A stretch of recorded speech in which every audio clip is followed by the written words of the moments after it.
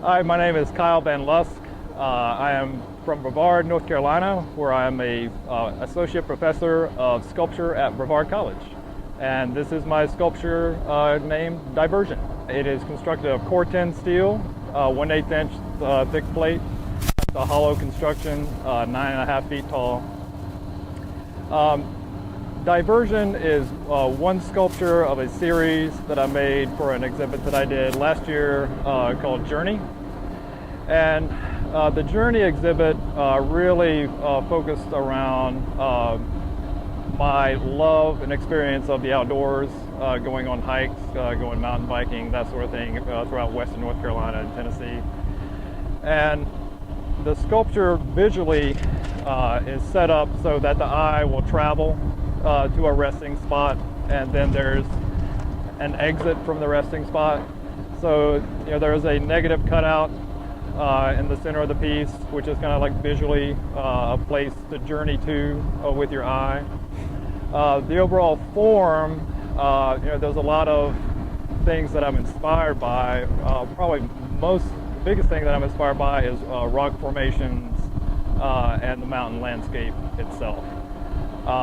And I convey, those feelings of strength and harmony and dynamic in a very simple, abstract or non-objective way, which I think gets the idea across in a more direct fashion. I would like working non-objectively because I like conveying really raw feelings that really anybody can connect with. It doesn't necessarily have to look like anything.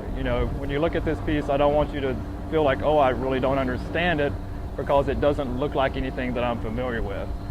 I want you to have a certain amount of familiarity with it, like, oh, that kind of reminds me of this or kind of reminds me of that, to like really draw you in and connect with it. Without that, it would be completely alien. But that feeling of not being able to put your finger on it, exactly what it is about it that's familiar to you, but still it's like something you've seen before, that's really, that feel that I want people to get from it. Yeah, placement for sculpture, public sculpture in particular, is really important. How people view the piece and interact with the piece has always been very important to me.